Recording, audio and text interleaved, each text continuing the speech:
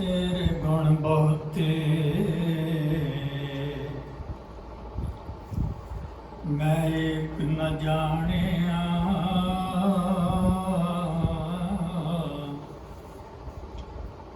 मैं मूर्ख किछ दीजै प्रणवत नानक सुन मेरे साहिबा। डुबदा पत्थर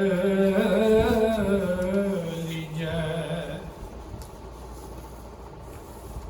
ऊंच अपार बेअंत स्वामी। कौन जाने गुण तेरे गावती उधरे सुनते उधरे। बिन से पाप कनेरे पशु प्रेत मुगत कौतारै। पाहन पारी उतारै नानक दास तेरी शरणाई।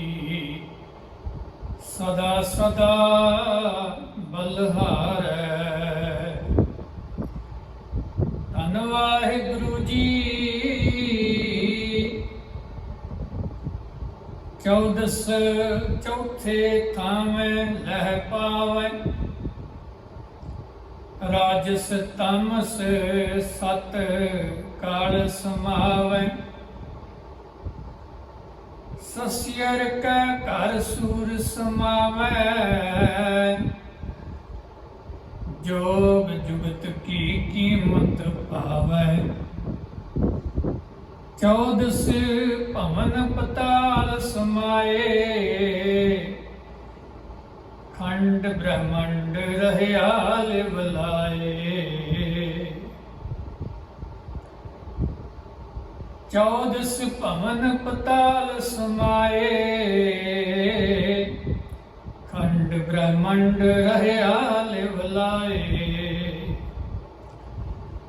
वाहिगुरु जी का खालसा वाहिगुरु जी की फतेह। गुरु प्यारेओ, गुरु की बाणी का कीर्तन भाई साहब सुच्चा सिंह जी के कीर्तनी जथे तो आप जी ने प्यार नाल श्रवण किया है। बिलावल राग विच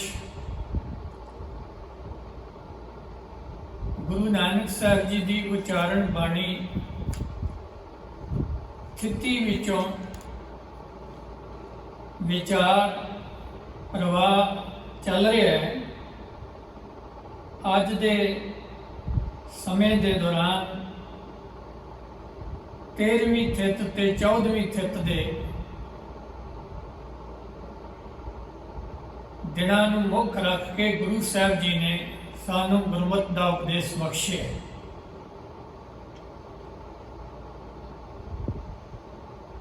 साहब का बचन तेरस तो आरंभ होंदा है और गुरु पातशाह जी जो सानू सिक्ख्या दे रहे हैं कि सिख ने किसी धन तेरस की उड़ीक नहीं करनी कि उस दिन कोई उन्हें पूजा अर्चा करनी है। सगों गुरुदेव जी कहते ने तेरस द्वारा तेरस के दौरान सिख की सोच अजिही होनी चाहिए है। आओ श्रवण करिए, रसना तो कहिए सतनाम श्री वाहिगुरु जी। तेरस तरवर समंद कनारै। गुरुदेव कहते तेरस जिहड़ी है 13वीं तिथ उस समय के दौरान इंज समझे कि जीव जिहड़ा है एक दरखत की तरह है। ते दरख्त भी वो है जिहड़ा समुंदर के किनारे ते है जां किसी दरिया के किनारे। जिवें बाबा फरीद जी ने बड़ा ही प्यारा बचन किया, फरीदा दरियावे कन्ने ਦਰਿਆ ਦੇ ਕੰਢੇ ਤੇ ਕਹਿੰਦੇ ਜੇ ਦਰਖਤ ਹੋਏ ਤਾਂ ਉਹ ਕਿੰਨੀ ਕੁ ਦੇਰ ਟਿਕ ਸਕਦਾ ਹੈ, ਜਿਹੜਾ ਕਦੋਂ ਤੇਜ਼ ਪਾਣੀ ਦਾ ਪ੍ਰਵਾਹ ਆਏ ਔਰ ਉਹ ਦਰਖਤ ਵਹਿ ਜਾਂਦਾ ਹੈ, ਰੁੜ ਜਾਂਦਾ ਹੈ। ਗੁਰੂ ਨਾਨਕ ਸਾਹਿਬ ਜੀ ਕਹਿੰਦੇ ਇਸ ਪ੍ਰਕਾਰ ਮਨੁੱਖ ਆਪਣੇ ਜੀਵਨ ਨੂੰ ਸਮਝੇ ਵੀ ਇਹ ਸੰਸਾਰ ਸਮੁੰਦਰ ਹੈ ਤੇ ਮੇਰਾ ਜੀਵਨ ਇੱਕ ਦਰਖਤ ਦੀ ਤਰ੍ਹਾਂ ਹੈ। ਸਮੁੰਦਰ ਦੇ ਕਿਨਾਰੇ ਤੇ ਮੈਂ ਟਿਕਿਆ ਹੋਇਆ ਹਾਂ। ਕਿਹੜੇ ਵੇਲੇ ਸਮੁੰਦਰ ਨੇ ਇਸ ਦਰਖਤ ਨੂੰ ਰੋੜ ਲਿਜਾਣਾ ਹੈ, ਡੋਬ ਦੇਣਾ ਹੈ, ਇਹਦਾ ਕੋਈ ਪਤਾ ਨਹੀਂ ਹੈ। ਇਸ ਲਈ ਅੰਮ੍ਰਿਤ ਮੂਲ ਸਿਖਰ ਲਿਵ ਤਾਰੈ। ਆਪਣੀ ਜਿਹੜੀ ਸੋਚ ਹੈ ਉਹ ਜੜ ਦੇ ਨਾਲ ਮੂਲ ਪ੍ਰਮਾਤਮਾ ਜੋ ਸੰਸਾਰ ਦਾ ਮੁੱਢ ਹੈ ਉਸ ਦੇ ਨਾਲ ਜੁੜੇ, ਭਾਵ ਉਹਦੇ ਨਾਲ ਆਪਣਾ ਸੰਬੰਧ ਬਣਾਏ, ਜੋ ਅੰਮ੍ਰਿਤ ਰੂਪ ਹੈ ਪ੍ਰਮਾਤਮਾ, ਔਰ ਸਿਖਰ ਲਿਵ ਤਾਰੈ। ਉਹ ਪ੍ਰਮਾਤਮਾ ਜੋ ਸਭ ਦਾ ਮੁੱਢ ਵੀ ਹੈ ਤੇ ਸਭ ਦਾ ਸਿਖਰ ਵੀ ਹੈ, ਉਹਦੇ ਵਿੱਚ ਆਪਣੀ ਲਿਵ ਲਗਾਏ। ਇੰਜ ਸੰਸਾਰ ਸਾਗਰ ਤੋਂ ਆਪਣੇ ਆਪ ਨੂੰ ਪਾਰ ਲੰਘਾ ਲੈ। ਡਰ ਡਰ ਮਰੈ ਨਾ ਬੁੱਢਾ ਕੋਏ। ਮਹਾਰਾਜ ਜੀ ਕਹਿੰਦੇ ਨੇ ਜਿਹੜੇ ਸੰਸਾਰ ਦੇ ਵਿੱਚ ਡਰ ਦੇ ਵਿੱਚ ਹੀ ਰਹਿੰਦੇ ਨੇ, ਉਹ ਕੋਈ ਵੀ ਆਪਣਾ ਜੀਵਨ ਜਿਹੜਾ ਹੈ, ਜਿਨ੍ਹਾਂ ਨੇ ਪ੍ਰਮਾਤਮਾ ਦੇ ਡਰ ਵਿੱਚ ਰਹਿ ਕੇ ਹਉਮੈ ਨੂੰ ਮਾਰ ਦਿੱਤਾ ਹੈ, ਉਹ ਕਦੇ ਡੁੱਬਦੇ ਨਹੀਂ ਸੰਸਾਰ ਸਾਗਰ ਦੇ ਵਿੱਚ। ਡਰ ਡਰ ਮਰੈ। ਡਰ ਇੱਕ ਐਸਾ ਪ੍ਰਭਾਵ ਹੈ ਜਿਸ ਕਰਕੇ ਮਨੁੱਖ ਜਿਹੜਾ ਹੈ ਆਪਣੇ ਅੰਦਰ ਦੂਸਰੇ ਦੇ ਲਈ ਇੱਕ ਐਸੀ ਸੋਚ ਬਣਾਈ ਰੱਖਦਾ ਹੈ ਕਿ ਉਹਦਾ ਖੌਫ, ਉਹਦਾ ਭੈ ਹਮੇਸ਼ਾ ਮਨ 'ਚ ਟਿਕਾਈ ਰੱਖਦਾ ਹੈ। ਤੇ ਗੁਰੂ ਸਾਹਿਬ ਕਹਿੰਦੇ ਜਿਸ ਨੇ ਸੰਸਾਰ ਦੇ ਡਰ ਮਿਟਾ ਦਿੱਤੇ ਤੇ ਆਪਣੀ ਹਉਮੈ ਨੂੰ ਮਾਰ ਦਿੱਤਾ, ਉਹ ਕਦੇ ਫਿਰ ਇਸ ਸੰਸਾਰ ਦੇ ਭੈ ਸਾਗਰ ਵਿੱਚ ਡੁੱਬਦੇ ਨਹੀਂ। ਸੋਹੀ ਰਾਗ ਵਿੱਚ ਗੁਰਦੇਵ ਦਾ ਇੱਕ ਬਚਨ ਹੈ ਭਈ ਜਿਨ੍ਹਾਂ ਨੂੰ ਰੱਬ ਦਾ ਭਉ ਹੁੰਦਾ ਹੈ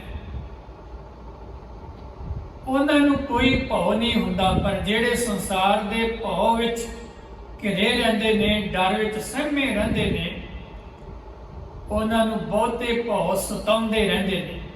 ਗੁਰੂ ਨਾਨਕ ਸਾਹਿਬ ਜੀ ਦਾ ਬਚਨ, ਜਿਨ੍ਹਾਂ ਭਉ ਤਿਨ ਨਾਹਿ ਭਉ।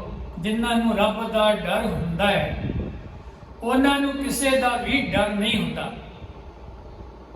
ਮੁਝ ਭਉ ਨਿਭਵਿਆ। ਜਿਨ੍ਹਾਂ ਨੂੰ ਰੱਬ ਦਾ ਡਰ ਨਹੀਂ, ਉਹਨਾਂ ਨੂੰ ਸੰਸਾਰ ਦੇ ਬਹੁਤੇ ਡਰ ਜਿਹੜੇ ਚਿੰਬੜੇ ਰਹਿੰਦੇ ਨੇ, ਮਾਨੋ ਉਹ ਭੈ ਸਾਗਰ ਦੇ ਵਿੱਚ ਡੁੱਬੇ ਹੀ ਰਹਿੰਦੇ ਨੇ। ਪਰ ਜਿਹੜੇ ਰੱਬ ਦੇ ਡਰ ਵਿੱਚ ਰਹਿ ਕੇ ਹਉਮੈ ਨੂੰ, ਵਿਕਾਰਾਂ ਨੂੰ ਮਾਰ ਦਿੰਦੇ ਨੇ, ਉਹ ਕਦੇ ਡੁੱਬਦੇ ਨਹੀਂ। ਨਿਡਰ ਬੂਢ ਮਰੈ ਪਥ ਖੋਏ। ਜਿਹੜੇ ਰੱਬ ਦੇ ਡਰ ਤੋਂ ਸਖਣੇ ਜੀਵਨ ਹੁੰਦੇ ਨੇ, ਕਹਿੰਦੇ ਉਹ ਡੁੱਬ ਮਰਦੇ ਨੇ, ਔਰ ਉਹਨਾਂ ਦਾ ਇਹ ਜੀਵਨ ਵੀ ਜਿਹੜਾ ਹੈ ਬੇਇੱਜ਼ਤ ਹੋ ਕੇ ਸਮਾਪਤ ਹੋ ਜਾਂਦਾ ਹੈ।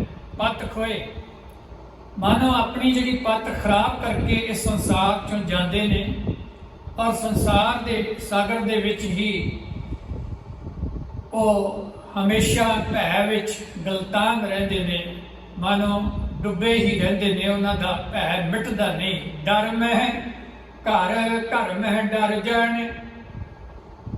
ਜਿਨ੍ਹਾਂ ਨੇ ਪ੍ਰਭੂ ਦੇ ਡਰ ਵਿੱਚ ਆਪਣਾ ਮਨ ਜੋੜਿਆ, ਭਾਵ ਘਰ ਵਿੱਚ ਹੀ, ਹਿਰਦੇ ਦੇ ਵਿੱਚ ਹੀ ਜਿਨ੍ਹਾਂ ਨੇ ਪ੍ਰਮਾਤਮਾ ਨੂੰ ਵਸਾ ਲਿਆ ਹੈ, ਘਰ ਮਹਿ ਡਰ ਜਾਣੇ, ਉਹ ਘਰਾਂ ਵਿੱਚ ਰਹਿ ਕੇ ਪ੍ਰਮਾਤਮਾ ਦੇ ਭੈ ਵਿੱਚ ਰਹਿੰਦੇ ਨੇ। ਉਹਨਾਂ ਦਾ ਜੀਵਨ ਜਿਹੜਾ ਹੈ ਉਹ ਪ੍ਰਭੂ ਦੀ ਰਜ਼ਾ ਵਿੱਚ ਢਲਿਆ ਰਹਿੰਦਾ ਹੈ। ਔਰ ਇਸ ਪ੍ਰਕਾਰ ਘਰ ਮਹਿ ਤੋਂ ਭਾਵ ਸੁਰਤ ਵਿੱਚ ਹੀ, ਹਿਰਦੇ ਦੇ ਵਿੱਚ ਹੀ ਉਹਨਾਂ ਦਾ ਨਿਵਾਸ ਬਣਿਆ ਰਹਿੰਦਾ ਹੈ। ਔਰ ਇਸ ਡਰ ਦੇ ਵਿੱਚ ਰਹਿ ਕੇ ਉਹ ਪ੍ਰਮਾਤਮਾ ਦੀ ਵਡਿਆਈ ਨੂੰ ਜਾਣ ਲੈਂਦੇ ਨੇ। ਤਖਤ ਨਿਵਾਸ ਸੱਚ ਮਨ ਭਾਣੇ, ਇੰਜ ਰੱਬੀ ਭੈ ਵਿੱਚ ਰਹਿ ਕੇ ਉਹਨਾਂ ਦਾ ਸੱਚੇ ਤਖਤ ਦੇ ਉੱਤੇ ਵਾਸਾ ਹੋ ਜਾਂਦਾ ਹੈ। ਤਖਤ ਨਿਵਾਸ, ਤਖਤ ਲੱਕੜੀ ਦੇ ਬਣੇ ਹੋਏ 4 ਪਾਵਿਆਂ ਦੇ ਉਸ ਢਾਂਚੇ ਨੂੰ ਕਿਹਾ ਜਾਂਦਾ ਹੈ ਜਿਸ ਦੇ ਉੱਤੇ ਆਮ ਲੋਕ ਬੈਠ ਵੀ ਸਕਦੇ ਨੇ, ਪਰ ਰਾਜੇ ਮਹਾਰਾਜੇ ਜਿਸ ਆਸਣ ਤੇ ਬੈਠਦੇ ਸੀ ਉਸ ਨੂੰ ਆਮ ਤੌਰ ਤੇ ਤਖਤ ਕਹਿ ਦਿੱਤਾ ਜਾਂਦਾ ਹੈ। ਤੇ ਗੁਰੂ ਸਾਹਿਬ ਜੀ ਕਹਿੰਦੇ ਨੇ ਜਿਨ੍ਹਾਂ ਨੇ ਰੱਬ ਦੇ ਭੈ ਵਿੱਚ ਆਪਣਾ ਮਨ ਟਿਕਾ ਲਿਆ ਉਹਨਾਂ ਦਾ ਵਾਸਾ ਜਿਹੜਾ ਹੈ ਸੱਚੇ ਤਖਤ ਤੇ ਹੁੰਦਾ ਹੈ। ਸੱਚ ਮਨ ਭਾਣੇ, ਉਹ ਮਨ ਵਿੱਚ ਪ੍ਰਮਾਤਮਾ ਦੀ ਵੱਡੀ ਵਡਿਆਈ ਨੂੰ, ਸੱਚੀ ਵਡਿਆਈ ਨੂੰ ਪਿਆਰ ਕਰਦੇ ਨੇ। ਮਨੋਂ ਪ੍ਰਮਾਤਮਾ ਨੂੰ ਉਹ ਚੰਗੇ ਲੱਗਦੇ ਨੇ ਤੇ ਪ੍ਰਮਾਤਮਾ ਦੇ ਦਰਬਾਰ ਵਿੱਚ ਉਹਨਾਂ ਦਾ ਨਿਵਾਸ ਹੁੰਦਾ ਹੈ, ਵਾਸਾ ਹੁੰਦਾ ਹੈ। ਪਰਮੇਸ਼ਰ ਉਹਨਾਂ ਨੂੰ ਆਪਣੀ ਦਰਗਾਹ ਦੇ ਵਿੱਚ ਮਾਨੋ ਸਨਮਾਨ ਦਿੰਦਾ ਹੈ। 14 ਚੌਥੇ ਥਾਵੇਂ ਲਹਿ ਪਾਵੇ, ਤੇ ਗੁਰੂ ਸਾਹਿਬ ਜੀ ਕਹਿੰਦੇ ਨੇ 14 ਦਾ ਜ਼ਿਕਰ ਕਰਦੇ ਆ ਕਿ ਜਿਨ੍ਹਾਂ ਨੇ ਚੌਥੀ ਅਵਸਥਾ ਦੇ ਵਿੱਚ ਥਾਂ ਪਾ ਲਿਆ ਹੈ। ਲਹਿ ਪਾਵੇ ਭਾਵ ਚੌਥੇ ਪਦ ਤੇ ਟਿਕ ਕੇ, ਜਿਸ ਨੂੰ ਗੁਰਬਾਣੀ ਦੇ ਵਿੱਚ ਸਹਿਜ ਪਦ ਕਿਹਾ ਗਿਆ। ਚੌਥਾ ਪਦ ਕੀ ਹੈ? ਸਹਿਜ ਪਦਵੀ। 4 ਅਵਸਥਾ ਮਨੁੱਖ ਦੀਆਂ ਮੰਨੀਆਂ ਗਈਆਂ ਨੇ ਔਰ 3 ਅਵਸਥਾ ਵਿੱਚ ਇਹ ਸੰਸਾਰ ਟਿਕਿਆ ਹੋਇਆ ਹੈ। ਤੇ ਜਿਹੜੀ ਗੁਰਮੁਖ ਦੀ ਅਵਸਥਾ ਹੈ ਉਹਨੂੰ ਚੌਥਾ ਪਦ ਕਿਹਾ ਜਾਂਦਾ ਹੈ, ਸਹਿਜ ਪਦਵੀ। ਕਬੀਰ ਸਾਹਿਬ ਜੀ ਦਾ ਇੱਕ ਬਚਨ ਹੈ, ਰਜਗੁਣ ਤਮਗੁਣ ਸਤਗੁਣ ਕਹੀਐ ਇਹ ਤੇਰੀ ਸਭ ਮਾਇਆ, ਚੌਥੇ ਪਦ ਕਉ ਜੋ ਨਰ ਚੀਨੇ ਤਿਨਹੀ ਪਰਮ ਪਦ ਪਾਇਆ। ਜਿਸ ਨੇ ਚੌਥੇ ਪਦ ਨੂੰ ਜਾਣ ਲਿਆ ਕਹਿੰਦੇ ਉਹ ਪਰਮ ਪਦਵੀ ਨੂੰ ਪਾ ਲੈਂਦਾ ਹੈ। ਸੋ ਜਿਸ ਨੇ ਸੰਸਾਰ ਵਿੱਚ ਰਹਿੰਦਿਆਂ ਚੌਥੀ ਅਵਸਥਾ ਨੂੰ ਥਾਂ ਨੂੰ ਲੱਭ ਲਿਆ, ਭਾਵ ਸਹਿਜ ਦੀ ਅਵਸਥਾ ਵਿੱਚ ਜੋ ਟਿਕ ਗਿਆ, 14 ਤੇ ਕਹਿੰਦੇ ਨੇ ਉਹ ਰਾਜਸ ਤਾਮਸ ਸਤ ਕਾਲ ਸਮਾਵੇ, ਉਹ ਰਜੋ ਤਮੋ ਤੇ ਸਤੋ ਗੁਣਾ ਤੋਂ ਉੱਪਰ ਉੱਠ ਕੇ ਮਾਨੋ ਪਰਮੇਸ਼ਰ ਵਿੱਚ ਲੀਨ ਹੋ ਜਾਂਦਾ ਹੈ। ਜਿਹੜੀਆਂ ਰਾਜਸੀ ਤੇ ਤਾਮਸੀ ਤੇ ਸਤ ਵਾਲੀਆਂ ਅਵਸਥਾ ਨੇ, ਇਹਨਾਂ ਅਵਸਥਾ ਵਿੱਚ ਰਹਿਣ ਵਾਲਾ ਕਾਲ ਦੇ ਭੈ ਵਿੱਚ ਰਹਿੰਦਾ ਹੈ। ਤੇ ਜਿਹੜਾ ਰਜੋਤਮੋ ਸਤੋ ਤੋਂ ਉੱਪਰ ਉੱਠ ਗਿਆ ਉਹ ਕਾਲ ਦੇ ਭੈ ਤੋਂ ਰਹਿਤ ਹੋ ਜਾਂਦਾ ਹੈ। ਜਿਹੜੇ 3 ਗੁਣ, 3 ਗੁਣੀ ਸੰਸਾਰ ਘਮ ਸੁੱਤਾ ਸੁੱਤਿਆਂ ਰਹਿਣ ਵਿਹਾੜੀ, 3 ਗੁਣਾਂ ਵਿੱਚ ਮਨੁੱਖ ਮਾਨੋ ਸੁੱਤਿਆਂ ਵਾਲੀ ਹਾਲਤ ਵਿੱਚ ਹੀ ਆਪਣੀ ਜ਼ਿੰਦਗੀ ਨੂੰ ਗੁਜ਼ਾਰ ਦਿੰਦਾ ਹੈ। ਪਰ ਜਿਸ ਨੇ ਚੌਥੀ ਪਦਵੀ ਪਾ ਲਈ ਉਹ ਜਾਗਦਾ ਰਹਿੰਦਾ ਹੈ, ਭਾਵ ਜੀਵਨ ਦੀ ਉਹਨੂੰ ਸਮਝ ਆ ਜਾਂਦੀ ਹੈ। ਉਹ ਕਾਲ ਦੇ ਭੈ ਤੋਂ ਉੱਪਰ ਉੱਠ ਜਾਂਦਾ ਹੈ। ਸਸਿਅਰ ਕੈ ਘਰ ਸੂਰ ਸਮਾਵੇ, ਸਸਿਅਰ ਤੋਂ ਭਾਵ ਹੈ ਚੰਦਰਮਾ ਤੇ ਸੂਰ ਤੋਂ ਭਾਵ ਹੈ ਸੂਰਜ। ਚੰਦਰਮਾ ਜਿਹੜਾ ਹੈ ਇਹਨੂੰ ਠੰਡਾ ਮੰਨਿਆ ਗਿਆ ਹੈ, ਸੂਰਜ ਤੇਜ ਦਾ ਪ੍ਰਤੀਕ ਹੈ। ਔਰ ਮਨੁੱਖ ਦੇ ਜੀਵਨ ਵਿੱਚ ਵੀ ਇਹ ਐਸੀਆਂ ਨਾੜੀਆਂ ਹਨ ਜਿਨ੍ਹਾਂ ਨੂੰ ਚੰਦਰਮਾ ਨਾੜੀ ਔਰ ਸੂਰ ਨਾੜੀ ਕਹਿ ਕੇ ਵਰਣਨ ਕੀਤਾ ਗਿਆ ਹੈ। ਕਹਿੰਦੇ ਜਿਸ ਨੇ ਪਰਮੇਸ਼ਰ ਵਿੱਚ ਸੁਰਤ ਜੋੜ ਕੇ, ਜਿਹੜਾ ਸੂਰ ਤੋਂ ਭਾਵ ਤਪਸ ਵਾਲੀ ਬਿਰਤੀ ਹੈ, ਤਾਮਸੀ ਸੁਭਾਅ ਹੈ, ਭਾਵ ਕ੍ਰੋਧ ਵਾਲੀਆਂ ਰੁਚੀਆਂ ਨੇ, ਉਹਨਾਂ ਨੂੰ ਸ਼ਾਂਤੀ ਦੇ ਸਮੇਂ ਚੰਦਰਮਾ ਦੇ ਵਿੱਚ ਭਾਵ ਸੱਸ ਦੇ ਵਿੱਚ ਜਿਨ੍ਹਾਂ ਨੇ ਲੀਨ ਕਰ ਲਿਆ, ਭਾਵ ਜਿਨ੍ਹਾਂ ਦੇ ਜੀਵਨ ਵਿੱਚ ਸ਼ਾਂਤੀ ਆ ਗਈ ਹੈ, ਉਹ ਸਹਿਜ ਪਦ ਦੇ ਮਨੋਂ ਵਾਸੀ ਬਣ ਜਾਂਦੇ ਨੇ। ਜੋਗ ਜੁਗਤ ਕੀ ਕੀਮਤ ਪਾਵੇ, ਤੇ ਗੁਰੂ ਸਾਹਿਬ ਜੀ ਕਹਿੰਦੇ ਨੇ ਜੋਗ ਦਾ ਸਹੀ ਢੰਗ ਜਿਹੜਾ ਹੈ ਨਾ, ਤਰੀਕਾ, ਉਹਦੀ ਉਹਨਾਂ ਨੂੰ ਸੋਝੀ ਆ ਜਾਂਦੀ। ਕੀਮਤ ਪਾਉਣਾ ਕੀ ਹੁੰਦਾ ਹੈ? ਕਿਸੇ ਚੀਜ਼ ਦਾ ਗਿਆਨ ਪ੍ਰਾਪਤ ਕਰ ਲੈਣਾ, ਮੁੱਲ ਦਾ ਪਤਾ ਚੱਲ ਜਾਣਾ। ਕੀਮਤ ਆਮ ਤੌਰ ਤੇ ਬਾਜ਼ਾਰਾਂ ਵਿੱਚ ਜਾਂ ਖਰੀਦੋ ਫਰੋਖਤ ਕਰਨ ਵਾਲੀਆਂ ਚੀਜ਼ਾਂ ਲਈ ਅਸੀਂ ਇਹ ਸ਼ਬਦ ਵਰਤਦੇ ਹਾਂ, ਪਰ ਕੀਮਤ ਦਾ ਭਾਵ ਕਿਸੇ ਵੀ ਵਸਤੂ ਦੀ ਜਿਹੜੀ ਕੁਆਲਿਟੀ ਹੈ ਉਹਦੀ ਮਹੱਤਤਾ ਨੂੰ ਦੇਖ ਕੇ ਉਹਦੇ ਬਦਲੇ ਵਿੱਚ ਐਵਜ਼ਾਨੇ ਦੇ ਵਿੱਚ ਕੋਈ ਵਸਤੂ ਦੇ ਕੇ ਉਸ ਵਸਤੂ ਨੂੰ ਹਾਸਲ ਕਰਨਾ ਹੈ। ਪਰ ਸੰਸਾਰ ਵਿੱਚ ਸਭ ਕੁਝ ਧਨ ਦੇ ਕੇ ਅਸੀਂ ਹਾਸਲ ਨਹੀਂ ਕਰ ਸਕਦੇ। ਪਰਮਾਤਮਾ ਦੇ ਨਾਲ ਜੁੜਨ ਦੀ ਜਿਹੜੀ ਜੁਗਤ ਹੈ, ਇਹ ਧਨ ਦੇ ਕੇ ਅਸੀਂ ਇਹਦੀ ਪ੍ਰਾਪਤੀ ਨਹੀਂ ਕਰ ਸਕਦੇ। ਪਰਮਾਤਮਾ ਦੇ ਨਾਲ ਜੁੜਨ ਦਾ ਜਿਹੜਾ ਢੰਗ ਹੈ, ਕਹਿੰਦੇ ਜਿਨ੍ਹਾਂ ਨੇ ਚੌਥੇ ਪਦ ਵਿੱਚ ਆਪਣੀ ਸੁਰਤ ਨੂੰ ਟਿਕਾ ਲਿਆ ਹੈ, ਜੋ ਰਜੋ ਤਮੋ ਸਤੋ ਗੁਣਾ ਤੋਂ ਉੱਪਰ ਉੱਠ ਗਏ ਨੇ ਔਰ ਸੱਚ ਦੇ ਤਖਤ ਤੇ ਜਿਨ੍ਹਾਂ ਦਾ ਨਿਵਾਸ ਹੋ ਗਿਆ ਹੈ, ਕਹਿੰਦੇ ਸਹੀ ਮਾਇਨਿਆਂ ਵਿੱਚ ਉਹਨਾਂ ਨੇ ਯੋਗ ਦੇ ਢੰਗ ਨੂੰ ਸਮਝਿਆ ਹੈ। ਗੁਰੂ ਨਾਨਕ ਸਾਹਿਬ ਜੀ ਨੇ ਜਿਹੜੀ ਯੋਗ ਦੀ ਜੁਗਤ ਸੰਸਾਰ ਨੂੰ ਸਮਝਾਈ ਹੈ, ਉਹ ਇਹ ਹੈ ਕਿ ਰਹਿਣਾ ਇਸ ਦੁਨੀਆ ਵਿੱਚ ਹੈ ਤੇ ਸੁਰਤ ਨਿਰੰਕਾਰ ਵਿੱਚ ਜੁੜਨੀ ਹੈ। ਸੰਸਾਰ ਵਿੱਚ ਰਹਿ ਕੇ ਨਿਰੰਕਾਰ ਦੇ ਨਾਲ ਬੀਤ ਪਾਉਣੀ, ਕਿਉਂਕਿ ਜੀਵ ਇਸ ਸੰਸਾਰ ਵਿੱਚ ਆਇਆ, ਪਰ ਬਹੁਤਾਤ ਲੋਕ ਜਿਹੜੇ ਸੀ ਉਹਨਾਂ ਨੇ ਸੰਸਾਰੀ ਜ਼ਿੰਮੇਵਾਰੀਆਂ ਨੂੰ ਇੱਕ ਬੋਝ ਸਮਝਦਿਆਂ ਹੋਇਆਂ ਯੋਗ ਜਿਹੜਾ ਸੀ ਤਿਆਗ ਨੂੰ ਸਮਝ ਲਿਆ। ਘਰ-ਬਾਰ ਨੂੰ ਛੱਡ ਕੇ, ਗ੍ਰਸਥ ਨੂੰ ਛੱਡ ਕੇ ਉਹ ਜੰਗਲਾਂ ਦੇ, ਪਹਾੜਾਂ ਦੇ, ਗੁਫਾਵਾਂ ਦੇ ਵਾਸੀ ਬਣ ਗਏ।